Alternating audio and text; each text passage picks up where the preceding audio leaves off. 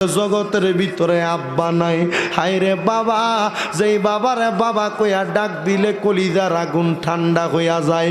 যেই বাবা রিক্সা চালাইয়া নৌকা চালাইয়া মাটি কাইটা মাথার গাম পায়ে ফালাইয়া পরের বাড়িতে বদলার কাজ কইরা কইরা নিজের রক্তরে পানি কইরা সন্তানরে মানুষের মতো মানুষ কইরা দিয়া আজকে বাবা অন্ধকার কবরে ঘুমায়া গেছে রে দয়াল।